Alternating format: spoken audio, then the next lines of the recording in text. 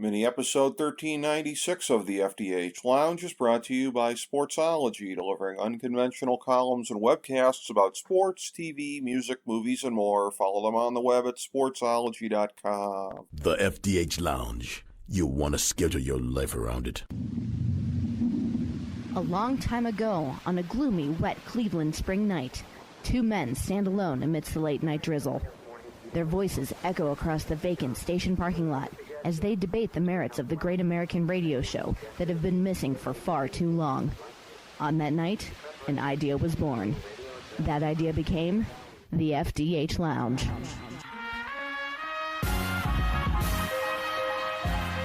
Welcome to the FDH Lounge. Welcome to mini episode 1396 of the FDH Lounge. This is FDH Managing Partner Rick Morris here with our Succession episode 3.3 preview.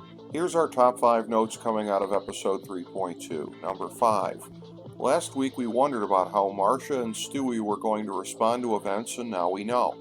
Marcia's getting her financial pound of flesh and then some for what we now know to be Logan's philandering, but she's back on the reservation.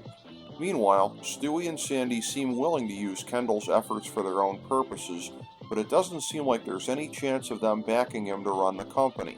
The net effect of the two wild cards that had been outside the family orbit seems to be a net plus for Logan. Number 4. Jerry is worse than a powerless lame duck. She's a designated scapegoat. Of course, everything that Logan says, especially now, could well be a lie, but the way that he assured Shiv that she'd be in line to benefit from Jerry absorbing the blame was chilling in its ruthlessness. She'll go down in history as having sat in the big chair, however brief it was, and with disgrace likely to follow. Number 3. Tom and Shiv patched it up, but it seems very tenuous. Those I love yous were as hesitant and weird as anything you're going to see on TV. The mutterings of two insecure people feeling especially rootless in light of all recent developments. You don't need a master's degree in foreshadowing to understand that their problems are probably just beginning. Number 2. Now Greg's grandpa is the latest to use him for his own purposes. You can't really feel sorry for Cousin Greg since he's always trying to navigate the family drama for his full advantage, but it's hilariously clear that nobody cares about him at this point. Kendall didn't bother to get him a lawyer, Jerry/Logan sent an aggressive one over to get him back under their thumb, and now his rich woke grandpa is bringing in his William Kunstler wannabe attorney as part of their attempts to fight the system. Greg dealing with the fruits of his unwillingness to take sides is, as with everything with him, freaking hilarious. Number 1. The Great Sibling Summit will be remembered all throughout the series as a turning point.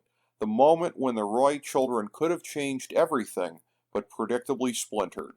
Logan's decision to send over the donuts was the final wedge in scaring the other three away from Kendall, but the real moment of truth arrived when it became clear that Kendall wanted to be first among equals.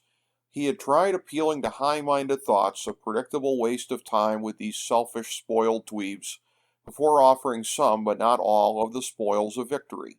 Logan is, as always, very fortunate in his enemies and potential enemies.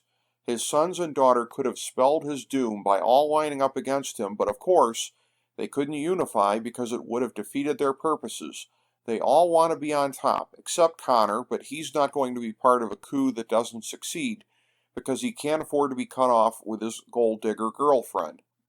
Logan still faces huge obstacles from the government and the shareholders, but 3 of his 4 offspring are back in the fold, and the loose cannon holdout probably can't take him down on his own. It seems like the whole season is going to build to the shareholders meeting, and we're clearly in for the best season yet. Thank you for joining us for this mini episode of the FDH Lounge.